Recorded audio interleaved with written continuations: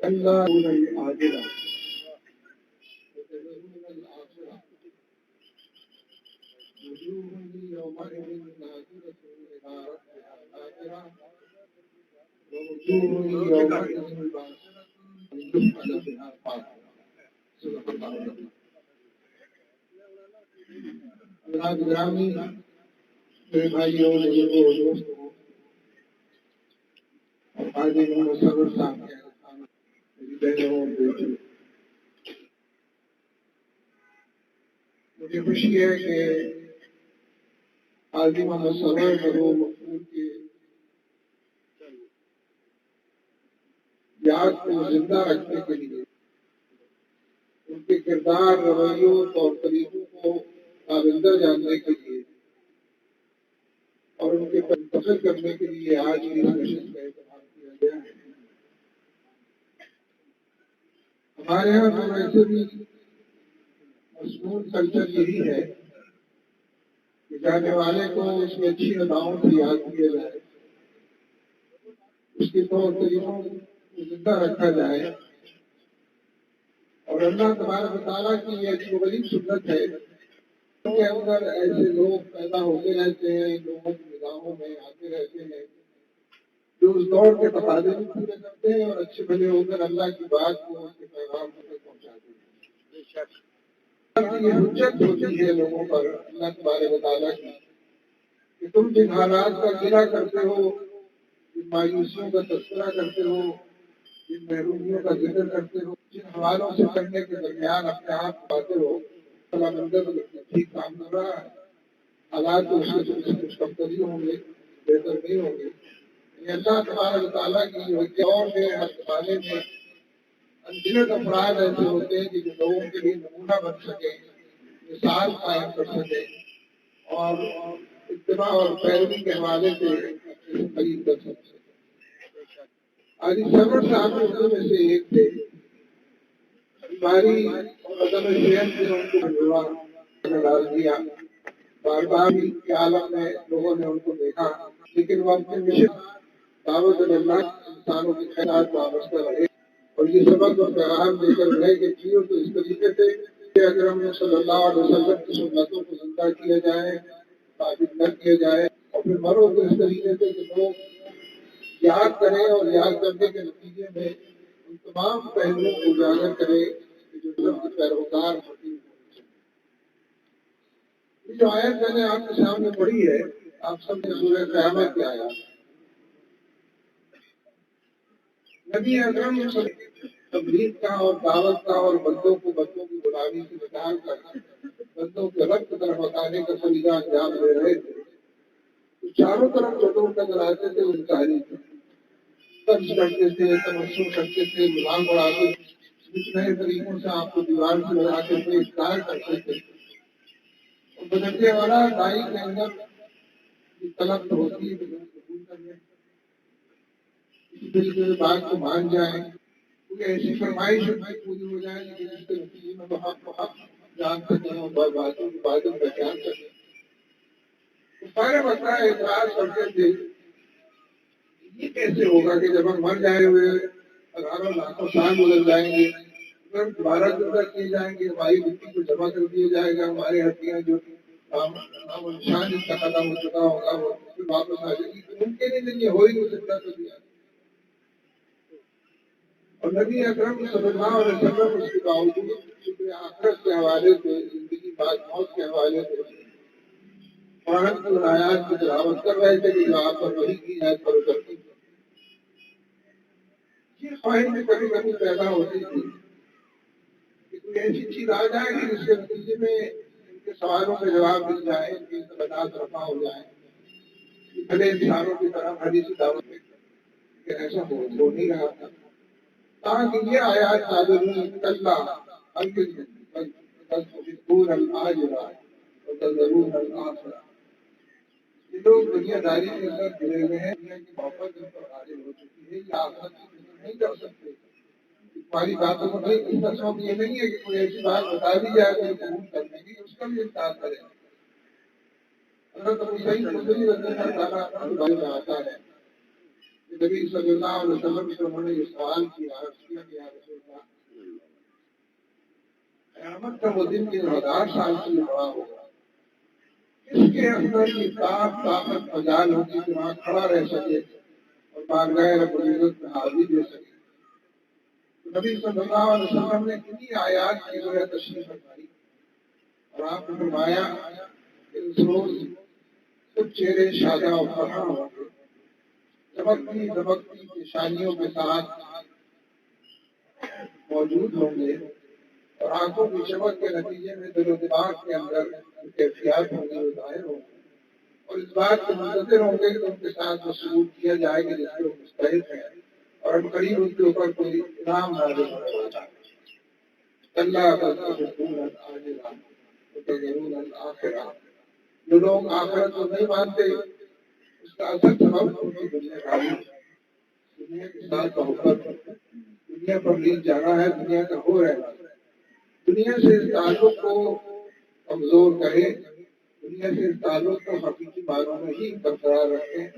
تو آخرت سمجھ میں آتی ہے، آخرت کی تیاری اور فکر آخرت عنوان بنتا ہے زندگی کا. حدیث صحیح کے مطالعے سے اس بات کا اندازہ ہوتا ہے کہ ہر انسان کے لیے اللہ تبارک و تعالیٰ نے قیامت میں 2 گھر بنائے ہوئے ہیں. ایک جہنم میں اس کے لیے گھر بنایا ہے اور ایک جنت میں اس کے لیے گھر بنایا ہے. جن لوگوں کو کے بارے میں فیصلہ ہوگا کہ انہیں جنت میں داخل کر دیا جائے، اس سے پہلے انہیں جہنم کا وہ گھر دکھایا جائے گا کہ اگر تم عقائد اور ایمانیات اور عمل کے اندر کورے ہوتے، کمزور ہوتے، نہ ہونے کے برابر ہوتے، اسی تمہارا جہنم میں گھر تھا جس میں تمہیں داخل ہونا، تاکہ ان جنتیوں میں اللہ تعالیٰ کے شکر کا جذبہ اور زیادہ ہو جاتا ہے اور وہ اس کی نعمت پر اس کے احسان پر اور زیادہ آتا ہے. اور میں نے اس سے جن لوگوں کے بارے میں جہنم کا فیصلہ ہوگا، وہاں لے جا کر جانے سے پہلے ان کو جنت کا گھر دکھایا جائے گا کہ ہم نے تو تمہارے لیے یہ گھر بنایا تھا، لیکن تم نے نیک عمل ہی نہیں کی، تم ایمانی لے کر نہیں آئے، تمہارے عقائد درست نہ ہو سکے، تاکہ ان کے اندر انسان سے محرومی اور بھی زیادہ ہو. اسی لیے تغابن کہا گیا ہے کہ اس دن فیصلہ ہو جائے گا کہ کس نے گھاٹے کا سودا کیا اور کس نے نفع کا کاروبار کیا. اس نے اپنی پوری زندگی کی ساری برائیاں اور سارے وسائل ایک ایسے کاروبار میں ٹھپ کر دیے کہ جس کے نتیجے میں جہنم ملنی تھی، اور کس نے اپنی زندگی اور تمام وسائل اور تمام قوتیں اور صلاحیتیں اللہ کے راستے میں لگائی جس کے نتیجے میں جنت کے گھروں سے حاصل. اسی لیے نبی اکرم صلی اللہ علیہ وسلم نے ایک موقع پر یہ بھی ارشاد فرمایا، پوچھا صحابہ سے جو ہلکا بنائے کسی طرفہ سے، بتاؤ مفلس کون ہے؟ لوگوں نے عرض کیا کہ اس کے بعد آئی سمجھ نہ ہو، مال و اسباب دنیا بسی نہ ہو، وہ مفلس ہے ہماری نگاہ میں. آپ فرمایا نہیں، میری امت کا مفلس وہ شخص ہے کہ بارگاہ رب العزت پہ حاضر ہوگا، انسان میں جو نیکیوں کے آڑ ہوں گے، نیکیوں کے گٹھڑ ہوں گے، اس کو لے کر آیا ہوں. نیکیوں کے جتنے عنوانات اور قسمیں ہو سکتی ہیں، ان سب میں سے اس نے کمایا ہوگا اور سب کے حوالے سے اس کو لوگ جانتے ہیں. لیکن کسی کا دل دکھایا تھا، کسی کا مال چرایا تھا، کسی کی غیبت کی تھی، کسی کی چغلخوری کی تھی، کسی کے ساتھ زیادتی اور ظلم کی جو انگنت شکلیں ان کو اپنایا تھا. لہٰذا وہ سب لوگ اس کی نمازیں اور روزے اور نیکیاں مختصر اٹھا اٹھا لے جائیں گے،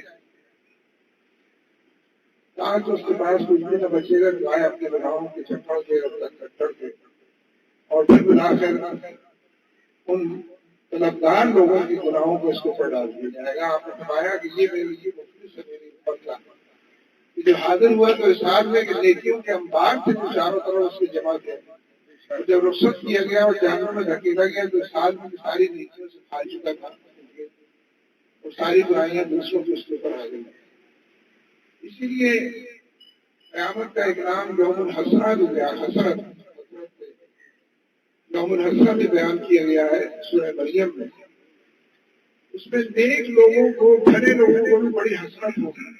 کہ وقت تو بہت محسوس تھا، زندگی تو خاصی ملی تھی، دولت احمد کی کافی موجود تھی، ہم تو اور بھی نیکیاں کر سکتے تھے، اور بھی بھلائیاں جمع کر سکتے تھے، اور بھی درجات کی بلندی کے عنوانات اکٹھے کر سکتے تھے. یعنی صرف برے لوگوں کو اور جہنمی لوگوں کو حسرت نہیں ہوگی، نیک لوگوں کو بھی بڑی حسرت ہوگی. اس کے ذکر سے خالی جو لمحات گزرے ہیں ان پر حسرت ہوگی کہ ہم تو ذکر کے نتیجے میں اللہ کی بڑائی اور بلندی بیان کرنے کے نتیجے میں اس کی طرف لوگوں کو بلانے کے نتیجے میں بہت کچھ کما سکتے تھے، کاش نتیجہ ہوتا۔ اسی لیے وہ دن جو ہے وہ تغابن کے حوالے سے یاد کیا جاتا ہے کہ یوم الجمع، ان سب لوگوں کو جمع کیا جا رہا ہے، اولین آخرین، پہلے دن سے قیامت کے دن تک پیدا ہوئے ہوں گے، دنیا میں رہے ہوں گے۔ یہ بات میں نے پوچھی ادھر سے بڑھانے کی محسوس نہیں ہے، بتائیں پڑا اور یہاں بڑی تعداد میں پہلے سے موجود ہے، ان کے لیے انوکھی اور نئی بات نہیں ہے۔ حاضی سرور صاحب کا نام کسی کو ملتا ہے، یہ باتیں یاد آنا چاہیے۔ یعنی اللہ کے مومن اور نیک بندے کا معاملہ ہی ہے کہ اس کو دیکھ کر خدا یاد آ جائے، نام دیکھ کر خدا یاد آ جائے۔ تو حقیقت یہ ہے کہ یہ جو احادیث صحیحہ کا سبق ہے، یہ جو قرآن پاک کا پیغام ہے، ایک جاویدہ اور رہتا کا نام ہے۔ میرے ساتھی نے مشن کی بات کی ہے۔ مشن کا لفظ تو بہت انگریزی والا ہے، لیکن معنی اور مفہوم میں بڑی معلومیت ہے۔ میں بھی ایک واقعہ آپ سے تھوڑی سی وضاحت کی کوشش کرتا ہوں۔ واقعات میں آتا ہے کہ اکرم صلی اللہ علیہ وسلم اپنے گھر تشریف لائے، ایک سفر سے واپس لوٹے۔ حضرت فاطمہ رضی اللہ تعالیٰ عنہا نے بڑھ کر دروازہ کھولا، آپ کی پیشانی کو بوسہ دیا اور آپ کو لے کر بیٹھ گئی اور آپ کا سر دھونے لگی۔ کہا کہ نبی اکرم صلی اللہ علیہ وسلم کو یہ احساس ہوا کہ جیسے فاطمہ رو رہی۔ آپ اٹھ کر بیٹھ گئے، پوچھا فاطمہ کیا بات ہے، کیوں روتی ہو؟ کیا جس میں بڑی تعداد بات کو زیادہ اچھی طرح سے سمجھ سکتے تھے کہ ہمارے معاشرے کے اندر پاکیزہ ترین رشتہ اگر کوئی ہے تو وہ باپ اور بیٹی کا رشتہ ہے۔ تو ظاہر تو ایک مرد اور عورت کے درمیان رشتہ ہے، لیکن جتنی پاکیزگی اس رشتے کے اندر ہے، بیٹی اپنے باپ سے ٹوٹ کر محبت کرتی، اظہار نہیں کر پاتی، کیسے الفاظ کی مالا جو بنائے، کیسے خود میں آپ سے بہت پیار کرتی ہے، انگنت حجابات ہیں جو حائل ہیں، اس کے رویے بتاتے ہیں کہ باپ سے بڑی محبت کرتی۔ کبھی کبھی اس کے الفاظ بتاتے، باپ اپنی بیٹی پر نچھاور لیکن کوئی حجاب حائل ہے، اس کے نتیجے میں کبھی اظہار نہیں کر پاتا۔ باپ نے بیٹی سے پوچھا فاطمہ کیوں روتی ہے؟ حضرت فاطمہ نے عرض کیا کہ یا رسول اللہ صلی اللہ علیہ وسلم، آپ کے بالوں کو دھول میں اٹا ہوا دیکھتی ہوں، آپ کے جسم اثر پر پھٹے پرانے کپڑے اور وہ بھی گرد آلود پاتی، آپ کے چہرے انور پر تھکن کے آثار پاتی ہوں، بیٹی کو رونا آ گیا۔ گویا بیٹی نے جس چیز کا بچی دیا اور اپنے محبت کا اظہار کر ہی دیا، لیکن ایک ایسے جذباتی لمحے میں بیٹی اپنی محبت کا اظہار اپنے باپ سے واقعات کے حوالے سے کر رہی ہے۔ نبی اکرم صلی اللہ علیہ وسلم اور آپ نے فرمایا کہ فاطمہ گریہ ازاری نہ کر، اس لیے کہ تیرے باپ کو اللہ تبارک و تعالیٰ نے ایک ایسے منصب پر معمور کیا، ایک ایسا مشن اس کے حوالے کیا ہے جس کے نتیجے میں اللہ کا یہ دین وہاں پہنچے گا جہاں جہاں سورج کی کرنوں پہ، اور یہ دین غالب ہو کر رہے گا، خواہ کوئی عزت کے ساتھ قبول کرے یا ذلت کے ساتھ۔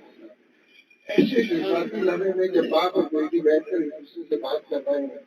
نبی اکرم صلی اللہ علیہ وسلم اپنے مشن کی وضاحت کرتے ہیں۔ جو لوگ اس مشن کے راستے میں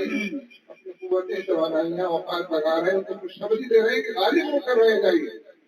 حالات سے متاثر ہونا، حالات سے مایوس ہونا، حالات کی وجہ سے رخ بدل لینا نہیں، یہ شیوا نہیں ہے ایمان۔ حاجی محمد سرور نے یہ پیغام سے انکار کیا، سب روز اس پیغام کے محرک اس مشن کو زندہ اور تابندہ رکھنے کے لیے اپنے کو کھپاتے رہے ہیں۔ اسی لیے ہم بار بار کہتے ہیں کہ اللہ تعالیٰ ان کی مسائل کو قبول فرمائے، ان کے رویوں طور طریقوں سے جو کچھ ہم نے سیکھا ہے اس کو ہمیں ہمارے اندر کی تمام عطا فرمائے۔ آمین۔ تو حقیقت یہ ہے کہ مشن سے وابستگی کے نتیجے میں سنت سے وابستگی پیدا ہو جائے۔ وہ مفتی محمد شفیع صاحب رحمۃ اللہ علیہ مشہور مفتی اعلیٰ پاکستان سے جب تھے، انہوں نے اس بات کو ایک اور پیغام میں لکھا ہے۔ انہوں نے کہا ہے کہ لوگ بدعت کے خلاف مہم چلاتے ہیں، بدعت کے پیچھے پڑ جاتے ہیں کہ ان سے نجات پائے جائے۔ حالانکہ آسان طریقہ ہے، سنتوں کو اپنایا جائے، سنتوں کو چھوڑ دیا جائے، سنتوں کو پھیلایا جائے، سنتوں کی تربیت دلائی جائے، بدعت آپ سے آپ ختم ہو جائیں۔ تو سنت یہ ضرور ہے کہہ کر بھی اور بغیر کہیں بھی ان کی باتیں ہیں، پھر حقیقت ان سب کے اندر یہ ہے کہ اپنے آپ کو قرآن و سنت کے سانچے کے اندر ڈالو، لوگوں کے لیے ایک نمونہ بن جاؤ گے، حالات کے اندر رہنمائی ادا کرو گے، اور پھر حقیقت اس ثواب سے کئی گنا زیادہ ثواب حاصل کرو گے جو اپنے آپ عمل پر عمل کے ذریعے ہوتا ہے۔ تو میرے دوستوں، بھائیوں، بزرگوں اور ساتھیوں، حقیقت یہ ہے کہ دنیا بدل رہی ہے، کئی کروٹیں لے چکی ہے، کئی کروٹیں لینے باقی ہیں۔ اس دنیا کا مقدر تو انشاءاللہ اسلام ہے، اسی میں انسانوں کی خیر بھلائی ہے، اسی کے نتیجے میں بڑوں کی عزت ہے، چھوٹوں کی محبت ہے، بیواؤں کی دستگیری ہے، یتیموں کے سر پر شفقت ہے۔ قرآن و سنت کی تعلیم کو عام کرنا اور پوری دنیا کو ختم کرتے ہیں نوجوان۔ حقیقت یہ ہے کہ یہ ایمان کا تقاضا ہے، جنتوں میں بھی ہمارے لیے جو گھر بنایا گیا ہے اس تک پہنچنے کا راستہ بھی ہے، محرومیوں سے اپنے آپ کو بچانے کا عنوان ہے۔ نیک لوگوں کا ایک بڑا مسئلہ ہے، نیکی کی طرف رغبت تو ان کی طبیعت اور مزاج میں ڈھلی ہوئی ہوتی ہے، اس لیے وہ نیکی کی طرف لوگوں کو بلاتے ہیں۔ لیکن ایک بہت بڑا ہے جو میں حدیث سے کرتا ہوں کہ بہت بڑی تو حضرت عائشہ صدیقہ رضی اللہ تعالیٰ عنہ بیان فرماتی ہیں کہ نبی اکرم صلی اللہ علیہ وسلم گھر کے اندر میں نے آپ کے چہرے نور کو دیکھ کر یہ اندازہ کر لیا کہ آپ کچھ فرمانے جا رہے ہیں، کہیں گے اور ایک دیکھو آپ کا ارشاد فرماتے ہیں، لیکن آپ خاموشی سے گھر میں داخل ہوئے، خاموشی سے آپ نے وضو فرمایا اور خاموشی سے اپنی مسجد کی طرف نکل گئے، لیکن میں تو آپ پہنچ چکی اور مجھ سے زیادہ کون جانتا ہے اس بات کو کہ آپ کا چہرہ بتا رہا تھا کہ آپ کو ارشاد فرمانے والے۔ لہٰذا میں مسجد کی دیوار سے کان لگا کر کھڑی ہو گئی کہ سنوں آپ کا ارشاد۔ آپ اپنی مسجد میں داخل ہوئے، اپنے ممبر پر تشریف فرما ہوئے اور آپ نے فرمایا کہ لوگوں، اللہ تبارک و تعالیٰ فرماتا ہے، اللہ تبارک و تعالیٰ فرماتا ہے اگر تم منکر کو دیکھو گے اور اس کو برداشت کرو، میری نافرمانی چاروں طرف ڈیرے ڈال لے گی، معاشی اریانی بے حیائی کے انگرت ہوا کے چاروں طرف پھیل جائے گی اور تم زبان سے کچھ نہ کہو، تم اس پر ہرگز برا نہ مانو، تم اس کے خلاف اگر نہیں اٹھو گے تو پھر تم ہاتھ اٹھا کر دعائیں کرو گے، ہاتھ پھیلا کر دعائیں کرو گے، تو انداز سرگوشی مجھ سے بات کرو گے، آواز بلند مجھ کو پکارو گے، تمہاری تمام دعائیں تمہارے اوپر پہ ماروں گا، تم چپ رہتے ہو، ہر منکر کو دیکھ کر تم بولتے نہیں ہو، خاموشی اختیار کرتے ہو اور آ گئے ہو دعائیں مانگے۔ ہم اکثر اس پر غور کرتے ہیں نا، یہ بھی 2 مہینے پہلے رمضان گزرا ہے نا، کبھی اپنے آپ سے پوچھے کہ میں نے کتنی دعائیں مانگی تھی، آپ نے کتنی قبول ہوئی؟ اللہ تبارک و تعالیٰ کو دعا کی قبولیت کے حوالے سے الگ مقامات کا فرماتا ہے کہ دعا قبول کرتا ہوں، جواب دیتا ہوں، تم بھی اپنی شرائط سے مجھ سے ایمان کے حوالے سے پیدا ہوتے ہیں۔ میں یہ کہنا تھا کہ نیک لوگوں کا ایک بڑا مسئلہ ہے کہ نیکی کی بات کو کرتے ہیں برائی سے بچنے کے لیے، برائی سے دور رہنے کے لیے، اور برائی اسٹیٹ ہے، ریاست بن گئی ہے، نظام قرار پایا ہے، ماحول ہے، معاشرہ ہے، اس کے اندر رچ بس گئی ہے، یعنی نیکی تو صرف نیکی ہے، نیکی با اختیار نہیں ہے، بے اختیار ہے، بدی با اختیار ہے، سارے فیصلے بدی کرتی ہے، ایوانوں کے اندر بیٹھ کر کرتی ہے، آپ کو آرام کراتی ہے، شور کراتی ہے، مدار کراتی ہے اور اس کی پیشانی پر بل نہیں پڑتے، پھر کہانیاں ادھر ادھر شروع کر دیتی ہے، ہم لوگ ادھر ہی جاتا ہے، لوگ بھول جاتے ہیں کتنا شور کھایا ہوا